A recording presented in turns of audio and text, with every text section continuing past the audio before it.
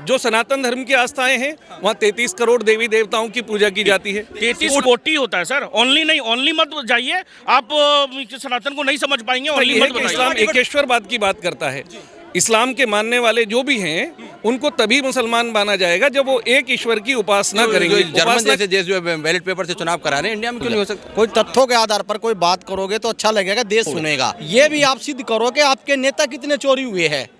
जो कांग्रेस से बीजेपी में जो नेता गए हैं वो चोरी हुए हैं कि नहीं हुए हैं? वोट चोरी अगर आप कह रहे हो कि वोट चोरी हुई है, कर्नाटक में कैसे सरकार बनी, मध्य प्रदेश में, हिमाचल में कैसे बनी, कर्नाटक में कैसे, कहाँ जहाँ आपकी सरकार होती वहाँ तो वोट चोरी नहीं है। मैं भी आप लोगों के समर्थन में आया था, लेकिन मुझे आज देखा तो ये समर्थन में आना मेरा बेवकूफ़ी है। कांग्रेस वो पार्टी है जिसने देश के लिए आज़ादी दिलाने में सबसे अहम रोल अदा किया था। आज जो सर्टिफिकेट बांट रहे हैं ना, ये मुखबिरी करते थे अंग्रेजों की। पहली बात से मुझे एक चीज याद आया, कांग्रेस पार्टी ही तो बनी थी अंग्रेजों के द्वारा। ये ह्यूम ने बनाया था, कांग्रेस नहीं तो, अंग्रेज नहीं तो बनाया था। देश का जो इतिहास है उस इतिहास में ये बात दर्ज है कि ये लोग क्या करते थे। क्या नाम है आपका? सफीक खान। सफीक खान। सफीक खान जी, आप इस रैली में आए हैं वोट चोरी का मुद्दा लेकर। वाकई में देश में वोट चोरी हो रहा है? हाँ, हमारे नेता राहुल गांधी जी कह रहे हैं हुआ है वोट चोरी, तो बैलेट पेपर से चुनाव कराने में क्या दिक्कत है? अगर आपको ये है कि जनता जो है हमारा, जनता से हमें मोहब्बत है, जनता हमें वोट दे रही है, तो अगर हम बैलेट पेपर से वोट चुनाव कराते तो वो जनता तब भी आपको वोट देगी। फिर ईवीएम पे क्यों, ईवीएम से क्यों कराते हो? लेकिन सुनिए ना, ओवैसी कह रहे हैं कि देश का वोट चोरी का कोई मुद्दा ही नहीं है। राहुल गांधी खामखा देश की जनता को बहका रहे हैं, उनके नेतृत्व में कमी है। ओवैसी जी कुछ भी कहें और कोई कुछ कहे, आपको ईवीएम से हटा के और बैलेट पेपर से कराने में क्या आपत्ति है सरकार को? जब सरकार ने वादा किया कि हम 15 करोड़ प्रत्येक के खाते में देंगे, उन्होंने दिए। 2 करोड़ नौकरी प्रतिवर्ष देंगे, इन्होंने दी। काला धन वापस आएगा, बहुत सारा काला धन वापस आया। तो बैलेट पेपर से चुनाव क्यों नहीं कराते हो आप लोग? बैलेट पेपर से तो कहाँ चुनाव हो पाएगा? आप देखिए ना, चंडीगढ़ में बैलेट पेपर से चुनाव हुआ था, वहाँ पे वोट जो जर्मन जैसे देश जो बैलेट पेपर से चुनाव करा रहे हैं, इंडिया में क्यों नहीं हो सकता? वोट चोरी जब बैलेट पेपर से चुनाव हो रहा था देश में, तो आप देखिए किस प्रकार से बूथे लूट लिए जाते थे। बीजेपी कहती है। और भाई साहब से पूछिए, आ जाओ। नहीं, मैं बिहार में जब वोट चोरी होता था, बिहार में जब बूथ ही चोरी हो जाया करता था, बूथ में इंक डाला जाता था, वो आपको नहीं पता? वो अपवाद स्वरूप कहीं कहीं कोई घटना होती थी। अब तो पूरे देश में जहाँ सरकार बनानी हो ईवीएम, जब ईवीएम से कहाँ वोट चोरी हो रहा है? क्यों ईवीएम टेक्नोलॉजी पूरा हैंग हो जाती है, क्यों नहीं होते ईवीएम से वोट चोरी? लेकिन राहुल गांधी सोशल मीडिया पे केवल बात करते हैं, कहते हैं कि सुप्रीम कोर्ट नहीं जा रहे। लेकिन सुप्रीम कोर्ट जाके करेंगे क्या? जब सुप्रीम इलेक्शन कमीशन, नहीं पूरा भरोसा है, लेकिन इलेक्शन कमीशन के लोग जो है एक पार्टी विशेष के लोगों के चरण स्पर्श कर रहे हैं, तो उनसे क्या हम वो करेंगे उम्मीद? बताइए आप। भाई साहब, ऐसा है खान साहब, मैं आपका सम्मान करता हूँ, आपकी इज्जत करता हूँ। रुक जा भाई। मैं आपका सम्मान करता हूँ, मैं आपकी इज्जत करता हूँ और हमेशा करता रहूँगा। लेकिन तथ्यों के अगर आधार पर आप बात करोगे, अरे भाई रुक जा 1 मिनट, अरे रुक तो जा। कोई तथ्यों के आधार पर अगर कोई, भाई रुक जा, कोई तथ्यों के आधार पर कोई बात करोगे तो अच्छा लगेगा, देश सुनेगा। ये चीज़ें नहीं है कि वोट चोर गद्दी छोड़। ये भी आप सिद्ध करो कि आपके नेता कितने चोरी हुए हैं। जो कांग्रेस से बीजेपी में जो नेता गए हैं वो चोरी हुए हैं कि नहीं हुए हैं? आप वोट चोरी का मुद्दा लेके ना चलो, आप चलो रोजगार का, महंगाई का, आप शिक्षित स्कूलों का, मतलब एजुकेशन का, इन चीज़ों का मुद्दा लेके चलो ना। वोट चोरी अगर आप कह रहे हो कि वोट चोरी हुई है, कर्नाटक में कैसे सरकार बनी, मध्य प्रदेश में, हिमाचल में कैसे बनी, कर्नाटक में कैसे, कहाँ जहाँ आपकी सरकार होती वहाँ तो वोट चोरी नहीं है। जहाँ आपकी सरकार होती वहाँ वोट चोरी का मुद्दा नहीं होता, और जहाँ सरकार चली जाती है वहाँ वोट चोरी का मुद्दा होता है। रही बात बिहार, आप सुनिए, मैं किसी पार्टी का विशेष व्यक्ति नहीं हूँ कि मैं कांग्रेस या बीजेपी का हूँ, मैं किसी का लेकर नहीं खा रहा। मैं आम नागरिक की हैसियत से बात कर रहा हूँ। मैं ये कहना चाह रहा हूँ, बिहार का चुनाव आपने वहाँ भी आरोप लगा दिया कि वोट चोरी। अरे भाई, जब तुम आप लोग अगर परिवार एक नहीं हो सकता तो वहाँ पर हार तो तुम्हारी निश्चित है। जब ओवैसी वहाँ के नेता वहाँ पर चुनाव लड़ रहे थे, प्रशांत किशोर चुनाव लड़ रहे थे, परिवार एकजुट करना चाह रहे थे कांग्रेस और लालू के लड़के को, तुमने परिवार तो इकट्ठा करा नहीं, तो तुम्हारी सरकार तो वैसे जानी थी। तुम आरोप लगा रहे हो बीजेपी में, तुम्हारे हिस्से 4 हो गए, बीजेपी के हिस्से 2 हो गए। 2 और 4 में फर्क है। अगर चार भाई अलग अलग लड़ेंगे तो मरेंगे, और 2 मजबूत होंगे तो लड़ेंगे। अब आप ये बताइए, चिराग पासवान जी ने अच्छे किले ढा दिए, क्यों ढा दिए? क्योंकि उसकी ताकत और उसकी मजबूती थी। क्योंकि आप ये कहोगे हमने मोदी को वोट नहीं दिया, ये आरोप सिद्ध मत करो कि ये मुस्लिम समाज ने मोदी को वोट नहीं दिया। वहाँ दिया है, बिल्कुल दिया है, क्योंकि नीतीश 30% वोट बिहार में जो है बीजेपी को पड़ा है।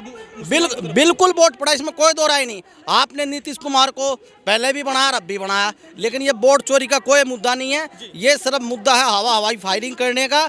मैं पार्टी विशेष की कोई बात नहीं करता, मैं भी आप लोगों के समर्थन में आया था, लेकिन मुझे आज देखा तो ये समर्थन में आना मेरा बेवकूफ़ी है। देखिए ये कहीं ना कहीं लगता है कि कांग्रेस के नेतृत्व में कमी है। आपको ये नहीं लगता कांग्रेस के नेतृत्व में कमी है? आप नहीं बात करेंगे? नहीं, मैं नहीं भाई, हाँ मेरा हो गया। आपको लगता नहीं है कि कांग्रेस के नेतृत्व में कमी है? जिस प्रकार से भाई ने कहा अभी। मैं इधर आ जाता हूँ। हाँ बिल्कुल आइए, आप भी इधर आ जाइए, दोनों एक तरफ हो जाएंगे ना, तो मजा आएगा डिबेट में। डिबेट करना चाहते हैं तो बिल्कुल डिबेट करिए, कोई दिक्कत नहीं है। क्या कांग्रेस के नेतृत्व में कमी है? नहीं, कांग्रेस के नेतृत्व में कोई कमी नहीं है। कांग्रेस वो पार्टी है जिसने देश के लिए आज़ादी दिलाने में सबसे अहम रोल अदा किया था। आज जो सर्टिफिकेट बांट रहे हैं ना, ये मुखबिरी करते थे अंग्रेज़ों की। अगर ये बात कोई नफीस अहमद कह रहा है, राजस्थान से आया हुआ कांग्रेस का एक साधारण कार्यकर्ता, तो हो सकता है विपक्ष के लोग आरोप लगा सकते हैं, लेकिन ये देश का जो इतिहास है, उस इतिहास में ये बात दर्ज है कि ये लोग क्या करते थे। अब अगला सवाल पूछें आप। आपने कहा कि कांग्रेस पार्टी का बहुत बड़ा योगदान है देश की आज़ादी में। देश की आज़ादी में सबने वंदे मातरम का नारा लगाया, ठीक है। आज वंदे मातरम से कांग्रेस को दिक्कत क्यों है? कांग्रेस को कोई दिक्कत नहीं है। इस देश में धार्मिक स्वतंत्रता संविधान देता है। हर धर्म का मानने वाला अपने अपने धर्म के अनुसार अपनी पूजा अर्चना कर सकता है। वंदे मातरम में धर्म कैसे बीच में आ गया, मुझे थोड़ा समझाइए। जाऊंगा दोस्त, आप एक बार एक सवाल पूछेंगे, मैं 1 घंटे तक आपको जवाब दूंगा। मेरा ये कहना है, हमारे देश का संविधान जो है ना, वो सेक्युलर है। सेक्युलर मीन्स धर्मनिरपेक्ष, और धर्मनिरपेक्ष संविधान के साथ ही हमारे देश में आज़ादी है कि आप सभी नागरिक अपनी अपनी चॉइस के मुताबिक अपने धर्म का पालन कर सकते हैं। यहाँ पे जितनी भी आस्थाएं हैं, जो सनातन धर्म की आस्थाएं हैं, वहाँ 33 करोड़ देवी देवताओं की पूजा की जाती है। कोटि, आप मुस्लिम समुदाय से आते हैं, मैं आपको करेक्ट कर दूं, 33 कोटि देवी देवताओं का नाम। 33 करोड़ 33 कोटि, तब 33 करोड़ नहीं होता है, 33 कोटि। ठीक है, मेरा ये कहना है, सनातन संस्कृति में बहुत सारे जीव जंतुओं की और इनकी अपने जो कहते हैं ना पेड़ पौधों की भी पूजा की जाती है। ये सनातन की आस्था है। लेकिन इस्लाम की आस्था ये है कि इस्लाम एकेश्वरवाद की बात करता है। इस्लाम के मानने वाले जो भी हैं, उनको तभी मुसलमान माना जाएगा जब वो एक ईश्वर की उपासना करेंगे। उपासना की पद्धति क्या होगी?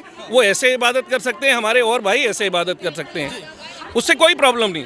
देश में बरसों बरस से, सैकड़ों सदियों से हिंदू और मुसलमान साथ साथ रह रहे हैं, इसमें कोई नई बात नहीं है। लेकिन ये लोग जो कल तक जो अंग्रेजों की मुखबिरी करते थे, आज वो ये कह रहे हैं कि साहब हम बताएंगे कौन वंदे मातरम गाएगा, कौन नहीं गाएगा। अंग्रेजों पहली बात तो से मुझे एक चीज याद आया, कांग्रेस पार्टी ही तो बनी थी अंग्रेजों के द्वारा। ये ह्यूम ने बनाया था, कांग्रेस नहीं तो, अंग्रेज नहीं तो बनाया था। और ये जो कोटि का मतलब पूछ रहे थे, कोटि का मतलब टाइप होता है। 33 टाइप के हमारे देवी देवता, जो 33 कोटि होता है सर। ओनली नहीं, ओनली मत जाइए आप, सनातन को नहीं समझ पाएंगे। ओनली मत बताइए, डिबेट हो जाएगा। आपने कहा कि वंदे मातरम एक धार्मिक। एक मिनट सर, मुझे एंकर मेरा सवाल सुन लीजिए। गेस्ट हूँ, आप एंकर करें। एक बार मुझे भी बोलने के लायक आपने समझा तो मुझसे सुन रहे हैं आप। मैं भैया से ये कह रहा हूँ कि हमने ये कहा कि सनातन की जो संस्कृति है ना, वहाँ पे अनेक देवी देवताओं की पूजा होती है। अब वो चाहे फिगर हम उसको शॉर्ट कर लें, बड़ा कर लें, उससे कोई नहीं। इस्लाम की बेसिक मान्यता में ये है कि वहाँ एक ईश्वर की उपासना की जाएगी, जिसे हम अल्लाह कहते हैं। वहाँ पे वंदे मातरम को जो इन्होंने इश्यू बनाया, 150 साल हो गए, तब तक तो कोई प्रॉब्लम नहीं हुई किसी को। लोग, हिंदू मुसलमान सभी लोग जो है ना, हमारे दोस्त वंदे मातरम गाते थे, हम वहाँ खड़े होकर साथ में उनके अदब से खड़े होते थे, किसी को कोई प्रॉब्लम नहीं। मुस्लिम समाज के लोग अपनी मस्जिद में नमाज पढ़ रहे होते, हमारे हिंदू भाई वहाँ बाहर जाके अपने बच्चों के ऊपर उनकी नज़र उतरवाने के लिए फूंक देते थे। एक आस्था है भारत की। और ये जो गंगा जमनी तहजीब है, ये किसी नफीस अहमद और आपके एंकर के द्वारा डेवलप की हुई नहीं है, ये बरसों से हमारे देश की संस्कृति है। आपने बहुत अच्छी बात कही, मेरी भी सवाल सुन लीजिए। वंदे मातरम, भारत माता की जय बोलना कोई एक धार्मिक विषय नहीं है, ये हम देश की एकता के लिए बात करते हैं। ये आपका कहना है ना, मेरा कहने का मतलब नहीं, पूरे भारत का कहने का मतलब है। और आपने कहा कि देश सेक्युलर है। हाँ बिल्कुल। तमिलनाडु में मदुरई जिले में एक सुब्रमण्यम मंदिर है, उसके पास में एक पर्वत है जहाँ पे द्वीप स्तंभ बना हुआ है। उस द्वीप स्तंभ पर जब एक जज ने, मद्रास के हाईकोर्ट के जज ने, GR स्वामीनाथन ने जब निर्णय दिया कि आप वहाँ पे द्वीप जला सकते हैं, तो कांग्रेस के कई नेता और डीएमके पार्टी के कई नेता ने उस जज के खिलाफ अविश्वास प्रस्ताव इस वजह से लाया क्योंकि उस द्वीप समूह के बगल में एक दरगाह है, जिस दरगाह पे मुसलमान समुदाय के लोग वहाँ रहते हैं, वहाँ पूजा अपना दरगाह में वो अपना अर्चना करते हैं, उनकी श्रद्धा है। वो कह रहे हैं कि उस दरगाह पर मुसलमानों को आपत्ति है वहाँ पे दीप जलाने से, जहाँ पे 500 सालों से मंदिर है। भारत की संस्कृति ये बिल्कुल नहीं तब है। सेकुलरिज्म कहाँ मर जाता है सर? लिसन, अब आप ऐसी भाषा बोलेंगे तो मुझे लगेगा कि कोई तकलीफ है, फिर तकलीफ वाली बात नहीं है, मर जाता है। आप कह रहे हैं ये देश का संविधान है सेक्युलर, सवाल है ये। उसको आप मरने की बात कैसे कह सकते हैं दोस्त? सेकुलरिज्म कहाँ रह गया फिर देश में? क्यों देश का सेक्युलरिज्म मैं बता रहा हूँ ना आपको। देखिए सेक्युलरिज्म अब आप पूरी टीम बना के बात करेंगे, एक एक को निपटा लीजिए, फिर भैया को बात कर लेना। आप बोलिए। हाँ, मेरा ये कहना है कि देश की अगर आप गंगा जमनी तहजीब को देखना चाहते हैं, आप मेरे साथ हिंदुस्तान घूमिए। मैंने हिंदुस्तान का कम से कम 70% हिस्सा घूमा हुआ है और पूरे देश में मैं तिरुपति बालाजी था पिछली बार 4 साल पहले। वहाँ की कल्चर क्या थी कि ऊपर तिरुमाला में दर्शन करने जा रहे थे लोग, वहाँ पे मतलब अदर्स को जो है ना परमिशन नहीं है, लेकिन नीचे जब हमने तिरुपति में देखा तो वहाँ मस्जिद के बाहर वही जो कल्चर मैंने अभी आपको बताई वो थी कि लोग वहाँ पे। और आपने अभी जो डीएमके और उनकी बात कही तो वो उसका जवाब उनके लीडर देंगे। मेरा ये कहना है नहीं, अगर ऐसा होता है कोई दूसरे की धार्मिक आस्थाओं को ठेस पहुंचाता है तो हम उसका विरोध करते हैं, चाहे वो हिंदू हो या मुसलमान हो। अगर इनकी पूजा पद्धति से मुझे एतराज होता है तो ये गलत बात है। प्रियंका गांधी वाड्रा ने सबसे पहला हस्ताक्षर उस अविश्वास प्रस्ताव पे लाया है। कौन से? नहीं, मैं प्रियंका जी का स्टेटमेंट मैं नहीं दे सकता, मैं ऑफिशियल स्पोक पर्सन नहीं हूँ।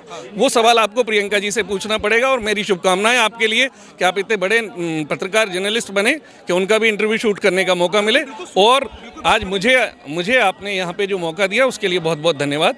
कोई और सवाल? गंगा जमुना तहजीब की बात होती है तो आप लोग समर्थन क्यों नहीं करते हैं? आप नहीं, भी बात कर रहे थे। देखिए ऐसा नहीं है भाईचारा, देखिए मेरे को इनसे कोई बैर नहीं है। जब देखिए भाई जो इस देश में रह रहे हैं, देश सबका है, समझे, देश सबका है। देश ये अगर कोई बोले कि देश सिर्फ इनका है या सिर्फ इनका है तो ये गलत है।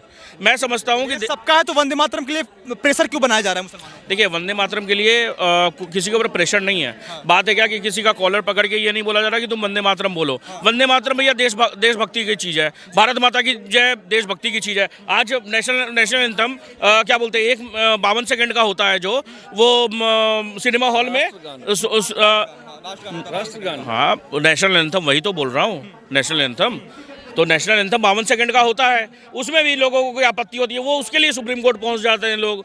तो सर देखिए बात क्या है ना कि मैं ये समझता हूँ कि वंदे मातरम तो लोगों को बोलना चाहिए, दिल से आती है। भारत के मुसलमान राष्ट्र प्रेमी नहीं है, देश प्रेमी नहीं है? सर देखिए इसके ऊपर में भारत के मुसलमान, देखिए हर एक मुसलमान ऐसा हर एक टाइप का होता है, समझे। बहुत सारा ऐसा होता है उम्र के जैसे भी होता है। बहुत सारे मुसलमान जो होते हैं जो इस देश के लिए पहले सोचते हैं, वो सीधा बोलते हैं हमारे लिए भारत देश पहले है। सर देखिए हमारे भाई ने बहुत अच्छी बात कही। इन्होंने ये बात माना कि हर एक मुसलमान को शक की नज़र से देखना ये हमारी संस्कृति नहीं है। ये भाई ने कही है, ये बहुत अच्छी बात है। और हमें आपसी सद्भाव कायम करने के लिए एक दूसरे के ऊपर विश्वास करना होगा। और जो भी एंटी नेशनल तत्व हैं उनको चौराहे पे और देश के लाल किले पे ले जाके लटकाना होगा, ताकि कोई हिमाकत नहीं करे देश से गद्दारी करने की।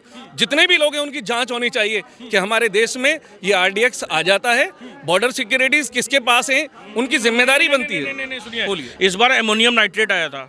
अमोनियम, अब आप पूछेंगे कि अमोनियम नाइट्रेट कहाँ से आया?